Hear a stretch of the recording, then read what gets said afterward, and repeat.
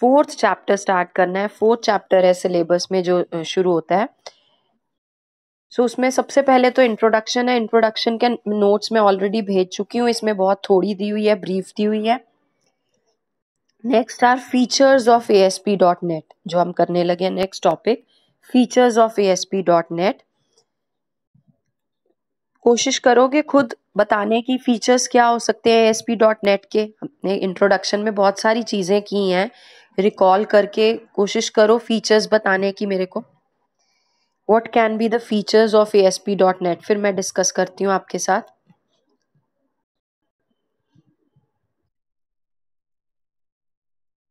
हम्म।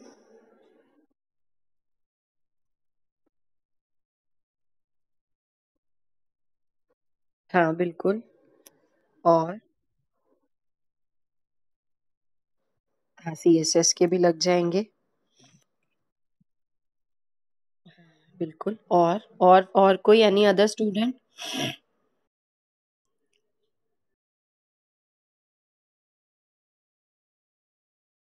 हाँ जी, किसी को और कोई ऐड करना चाहेगा?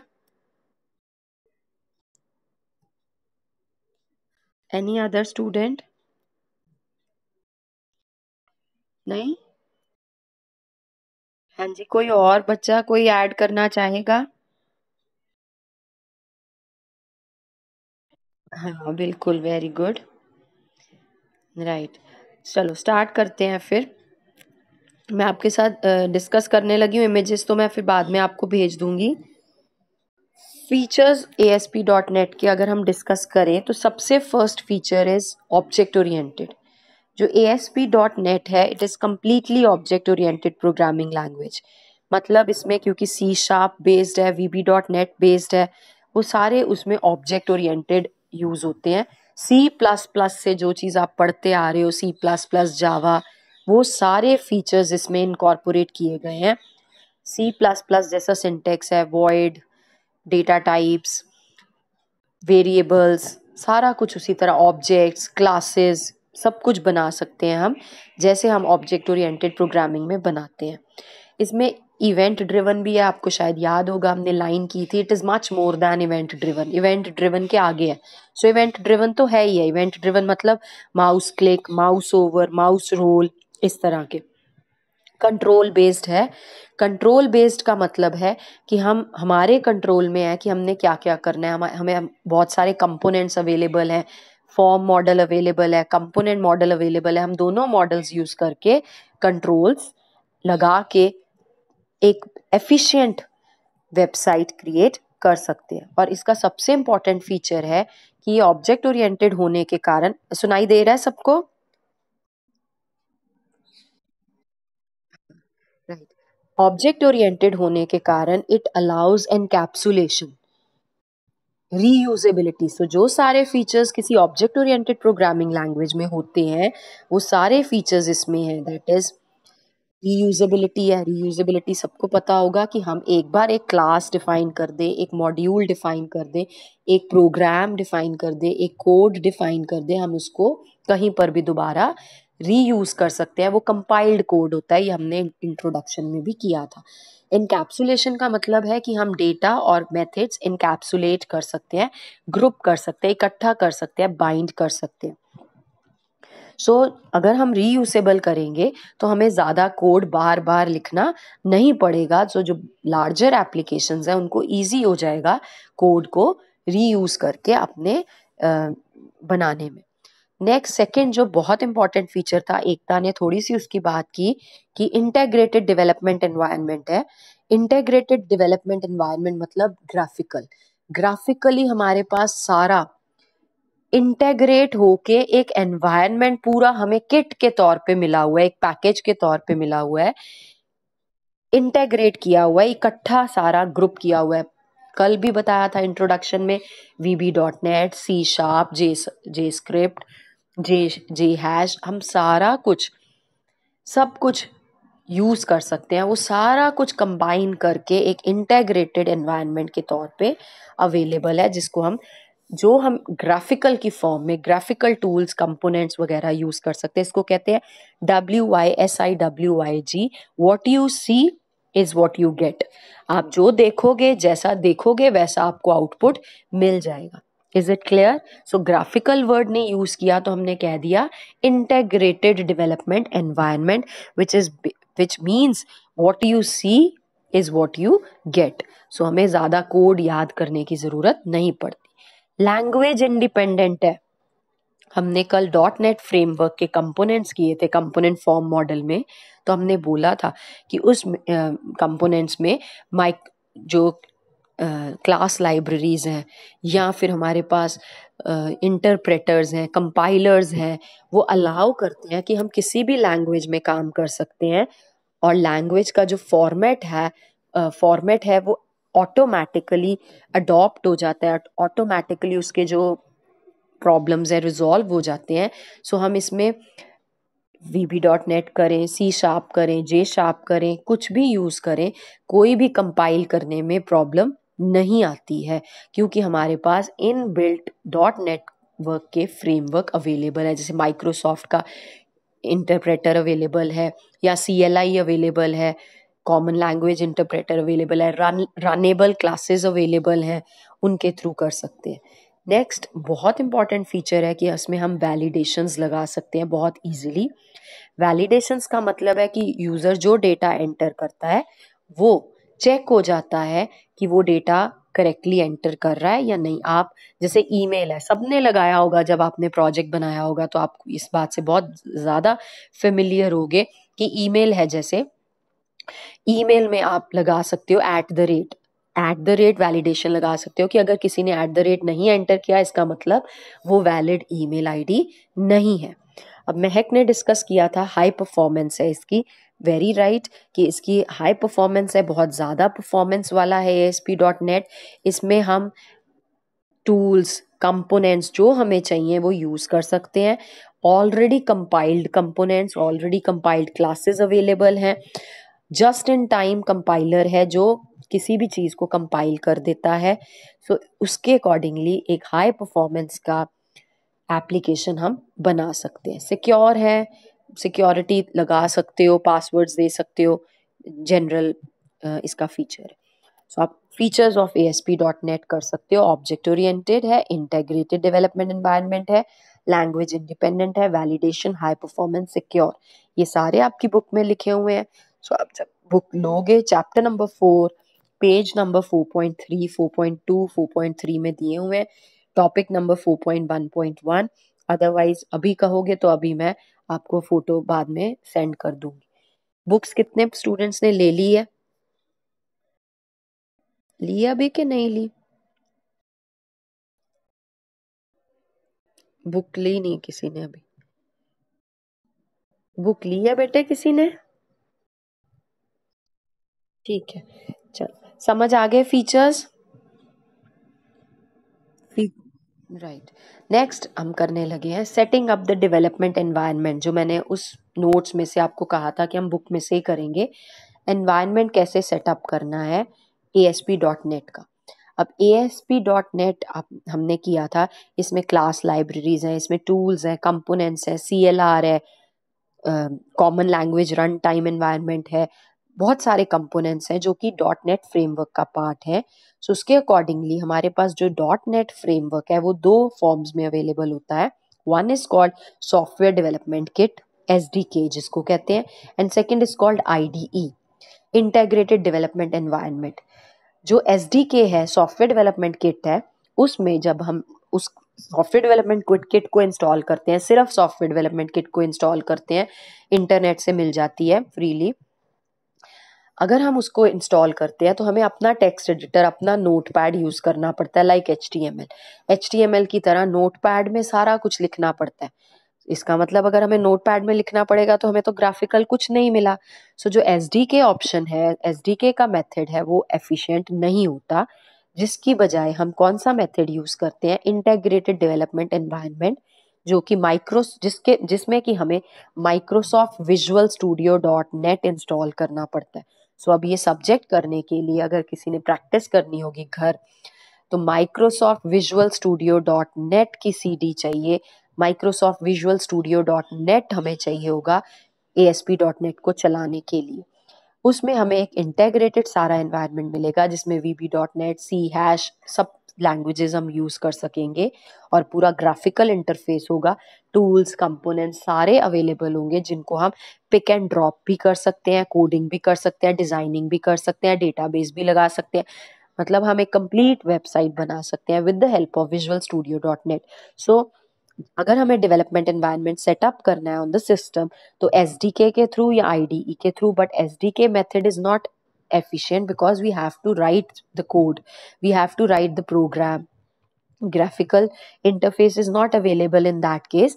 Text editors we have to use, Notepad we have to use. So it's better to use integrated development environment in which everything is inbuilt.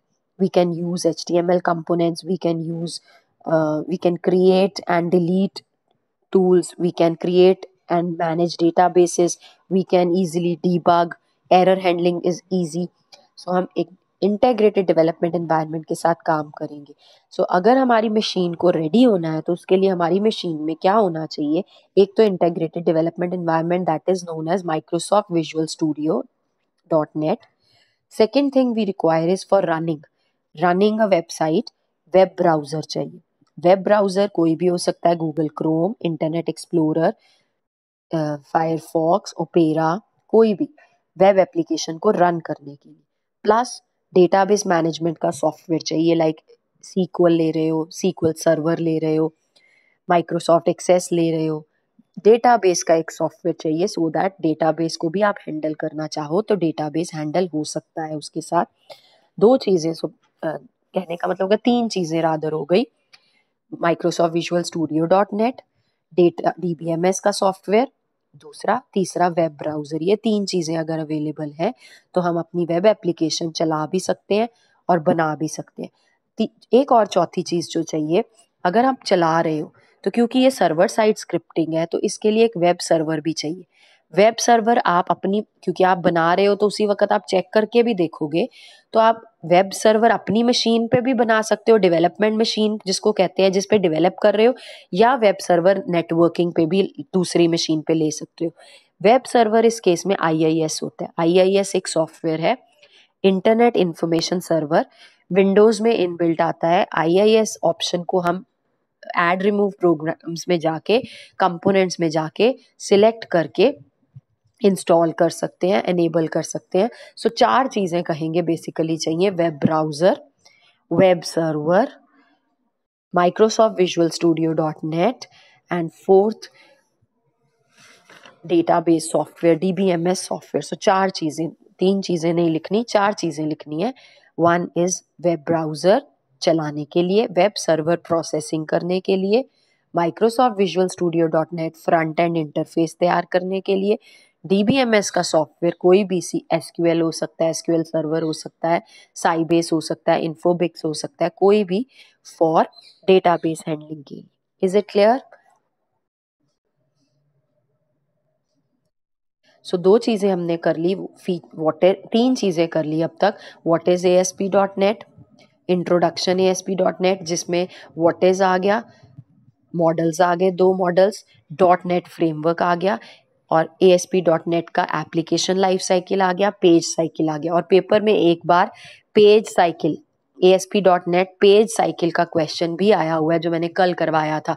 Page जब run करता है तो ऑन लोड हो सकता है, ऑन प्री लोड हो सकता है, इनिट हो सकता है, प्री इनिट हो सकता है, पेज रेंडर हो सकता है, वो सारा पेज लाइफ साइकिल पे 10 मार्क्स का क्वेश्चन एक बार आया हुआ है। दूसरी चीज़ हमने कर ली फीचर्स ऑफ ASP.NET जो बहुत इजी है, बुक में बहुत सिंप्लीफाइड लिखे हुए हैं। बुक से करने हैं, बुक से कर लो, इंटरनेट से करने हैं, किसी वेबसाइट से, जहाँ से मर्जी कर सकते हो। पता होनी चाहिए, बस समझ होनी चाहिए। फीचर्स भी हमने कर लिए जो बहुत ईजी हैं, सारे आपने ऑलरेडी पढ़े हुए हैं। ऑब्जेक्ट ओरिएंटेड है, सिक्योर है, हाई परफॉर्मेंस है, इंटीग्रेटेड डेवलपमेंट एनवायरनमेंट है, पोर्टेबल है, लैंग्वेज इंडिपेंडेंट है, वो सारे कर सकते हो। उसके बाद थर्ड हमने किया डेवलपमेंट एनवायरनमेंट क्या चाहिए इसको, चार चीज़ें चाहिए। One is web browser, internet explorer ले लो, मोजिला ले लो, फायरफॉक्स जो होता है, गूगल क्रोम, कोई भी। वेब सर्वर चाहिए, वेब सर्वर ASP.NET में IIS ही यूज़ होता है। Then third thing is database management software, back end को हैंडल करने के लिए, और फ्रंट एंड को हैंडल करने के लिए Microsoft Visual Studio ASP.NET। Next topic आ गया एलिमेंट्स ऑफ ASP.NET पेज। यहाँ से आपका शुरू हो जाएगा प्रैक्टिकल पार्ट। ASP.NET पेज जो है उसमें एलिमेंट्स कह लो या स्ट्रक्चर कह लो, क्या क्या मतलब अगर हम प्रोग्राम या एप्लीकेशन लिखने लगे हैं तो उसमें क्या क्या चीजें लिखेंगे। चार चीजें लिखेंगे, चार चीजें लिखते हैं। जैसे सी का प्रोग्राम करते थे तो उसमें प्री प्रोसेसर डायरेक्टिव्स लिखते थे, याद है, हैश इंक्लूड वाले, याद है। उसी तरह इसमें प्री प्रोसेसर डायरेक्टिव्स को अकेला डायरेक्टिव्स कहते हैं। कल भी शायद थोड़ी सी बात इसकी की थी, डायरेक्टिव्स। सो पहला एलिमेंट स्ट्रक्चर का, पहली चीज जो हम मेंशन करते हैं ASP.NET पेज पे वो है डायरेक्टिव्स। दूसरी चीज जो हम मेंशन करते हैं, डायरेक्टिव्स कैसे लिखते हैं वो मैं बाद में बताती हूँ, सिर्फ अभी हेडिंग्स बताने लगी हूँ, एलिमेंट्स बताने लगी हूँ जो एक ASP.NET पेज पे हो सकते हैं। Directives. Second is code declaration block. नाम से ही पता चल रहा है, कोड डेक्लारेशन ब्लॉक, जिस ब्लॉक में सारी फंक्शनैलिटी आएगी, सारे फंक्शंस डिक्लेयर करोगे, सारी चीजें डिक्लेयर करोगे, सारा कुछ बताओगे, मतलब प्रोग्राम का पार्ट है। डायरेक्टिव्स जो है, चलो एक्सप्लेन बाद में करती हूँ, अभी हेडिंग्स देखो। डायरेक्टिव्स आ गया पहला, दूसरा कोड डेक्लारेशन ब्लॉक, तीसरे को कहते हैं कोड रेंडर ब्लॉक। रेंडर का मतलब होता है आउटपुट लेना। सो कोड रेंडर का मतलब है वो ब्लॉक, वो हिस्सा जिसमें हम आउटपुट डिस्प्ले करेंगे। सो कहने का मतलब ये है कि जब आप प्रोग्राम लिखते हो तो इनपुट लेते हो, आउटपुट लेते हो। सो दो सेक्शंस हो गए, इनपुट का एक आउटपुट का। इनपुट का सेक्शन को कह दिया कोड डेक्लारेशन ब्लॉक, जिसमें इनपुट और डेक्लारेशन दोनों आ जाएंगे। रेंडर को कह दिया आउटपुट रिड्यूस करना। चौथा सेक्शन हो गया HTML control syntax. HTML control syntax word से ही पता चल रहा है कि जिसमें सारा HTML के कंट्रोल्स होंगे, मतलब टैग्स लगा सकते हो, कंट्रोल्स ले सकते हो। कंट्रोल्स आपको पता होगा ना, फॉर्म कंट्रोल हो गया, फॉर्म बना सकते हो जिसमें आप टेक्स्ट बॉक्स वगैरह सारा ले सकते हो, text box, radio button, check box, ये सब चीजें ले सकते हो। प्लस टैग्स लगा सकते हो, bold, italics, underline, formatting tags, marquee tag, link tag, सारे मतलब HTML के कंट्रोल्स ले सकते हैं। तो कहने का मतलब किसी भी ASP.NET पेज पे चार चीजें हो सकती हैं, directives, code declaration block, code render block and HTML control syntax. Is it clear?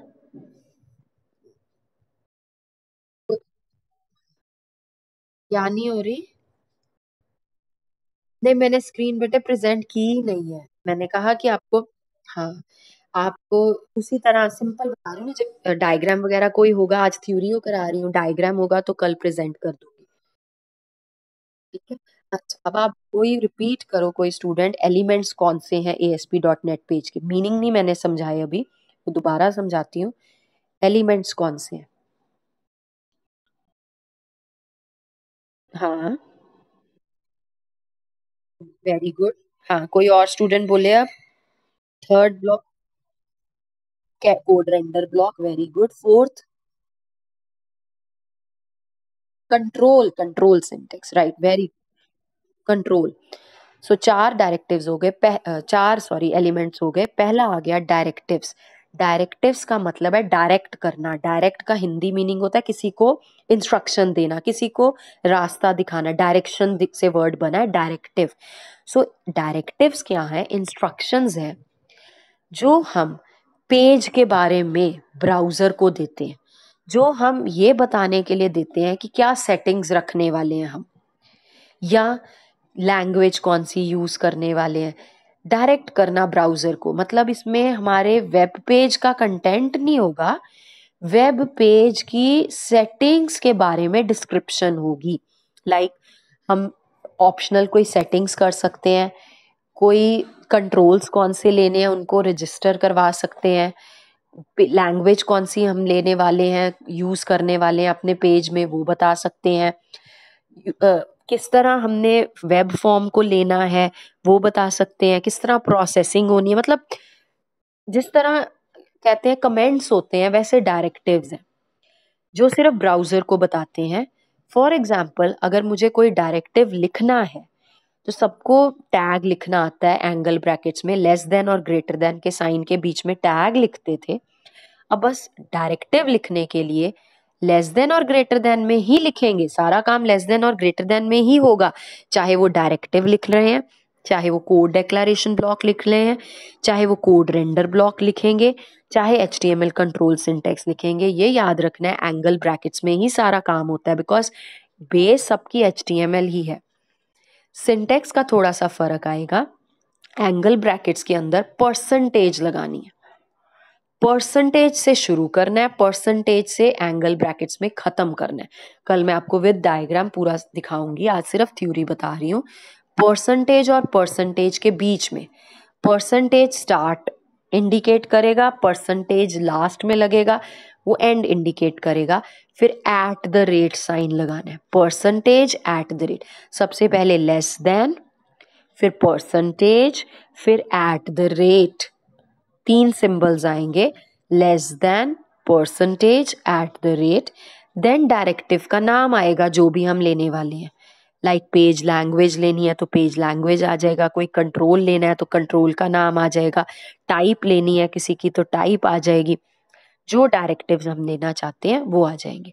उसके बाद उन डायरेक्टिव टैग का काम करेगा एक तरह का, फिर एट्रीब्यूट आएगा, एट्रीब्यूट का नाम आएगा, इक्वल टू वैल्यू आएगी। किसी एक डायरेक्टिव के एक से ज़्यादा एट्रीब्यूट भी हो सकते हैं, हम सारे भी यूज़ कर सकते हैं, एक भी कर सकते हैं। और फिर लास्ट में परसेंटेज का साइन आ जाएगा और ग्रेटर देन का साइन आ जाएगा। सिंटेक्स पता लगा है? कोई रिपीट करेगा स्टूडेंट? हाँ जी बोलो। हाँ, राइट, वेरी गुड। हम्म, डायरेक्टिव, डायरेक्टरी नहीं है बेटे, directive, it is directive, directive. हाँ, हाँ, राइट। फिर इक्वल टू उसकी वैल्यू आ जाएगी। हाँ, फिर परसेंटेज से बंद कर देना है, फिर ग्रेटर देन का साइन आ जाएगा। फॉर एग्जाम्पल के तौर पे मैं ले रही हूँ, मैंने पेज की लैंग्वेज सेट करनी है, तो मैं कैसे लिखूंगी? Less than, percentage, ampersand, sorry ampersand बोल दिया, at the rate, page language is equal to C# या VB.NET, जो भी करनी है, फिर परसेंटेज, फिर ग्रेटर देन का साइन, क्लोज हो जाएगा। ये इंडिकेट करेगा कि हम क्या यूज करने वाले। Is it clear? Is this clear? Right. उसके बाद आ गया code declaration block. Code declaration block में हम सारी फंक्शनैलिटी बताएंगे, फंक्शन बताएंगे अपना एप्लीकेशन का। जब भी हम कोड डेक्लारेशन ब्लॉक लिखेंगे तो एंगल ब्रैकेट्स तो सबने अब आनी आनी है, वो मैं बार बार नहीं बोलूंगी। स्क्रिप्ट टैग में यूज करेंगे, स्क्रिप्ट टैग। स्क्रिप्ट टैग हमने CSS में भी किया था, जावास्क्रिप्ट में भी किया था। स्क्रिप्ट, स्क्रिप्ट कीवर्ड लिख देंगे, फिर स्पेस देके run at, run at is equal to server. Run at is equal to server इसलिए क्योंकि हम बता रहे हैं कि हम सर्वर पे रन करने वाले हैं, और सारा कोड स्क्रिप्ट और फॉरवर्ड स्लैश स्क्रिप्ट के अंदर लिखा जाता है। स्क्रिप्ट और फॉरवर्ड स्लैश स्क्रिप्ट के अंदर हम सारे फंक्शंस लिख सकते हैं, जो हम जैसे हम C++ में लिखते हैं, like void, int, data type बताएंगे, रिटर्न टाइप बताएंगे, फंक्शन का नाम लिखेंगे, आर्ग्यूमेंट्स लिखेंगे। आई होप आपको आते होंगे, वो लिखने आते होंगे। हाँ जी, ठीक है। सो वो लिखेंगे हम। उसके बाद कोड रेंडर ब्लॉक में हम आउटपुट शो करते हैं, और आउटपुट ASP.NET में लिखने के लिए response.write स्टेटमेंट यूज होती है। ये हमने डिस्कस करना है डिटेल में। अभी अगर कोई चीज़ एक आधी नहीं पता लग रही होगी तो वो भी हम डिस्कस करेंगे, क्योंकि यही चीज़ें हमने आगे यूज करनी है, तो बार बार करेंगे, आपको पता लग जाएगा। अभी के लिए सिर्फ इतना है कि डायरेक्टिव्स, डायरेक्टिव्स परसेंटेज परसेंटेज के बीच में आते हैं। कोड डेक्लारेशन ब्लॉक स्क्रिप्ट और फॉरवर्ड स्लैश स्क्रिप्ट के अंदर आता है।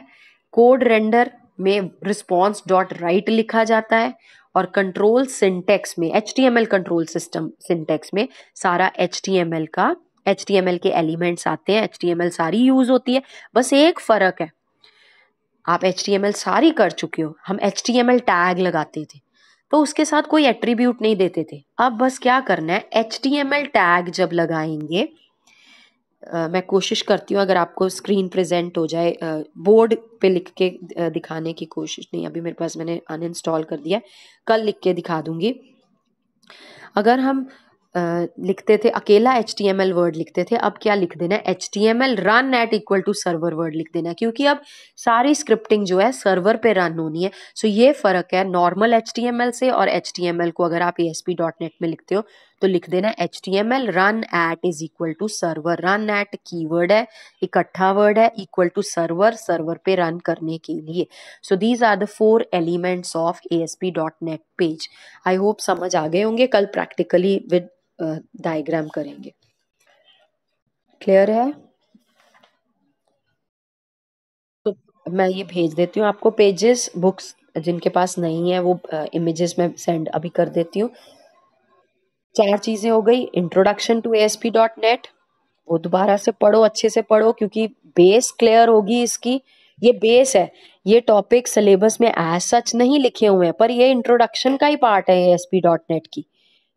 एनवायरनमेंट पता होगा तो ही आप आगे की चीजें कर सकते हो। सो ये नहीं सोचना कि ये सिलेबस में तो लिखे नहीं हुए तो ये करने नहीं है, करने हैं, ये आते होंगे तो ही आगे समझ आना है। सो ये मैं बहुत स्लो अभी स्टार्ट करूंगी, बिकॉज जब तक बेस क्लियर नहीं होगी आगे का काम आपको समझ नहीं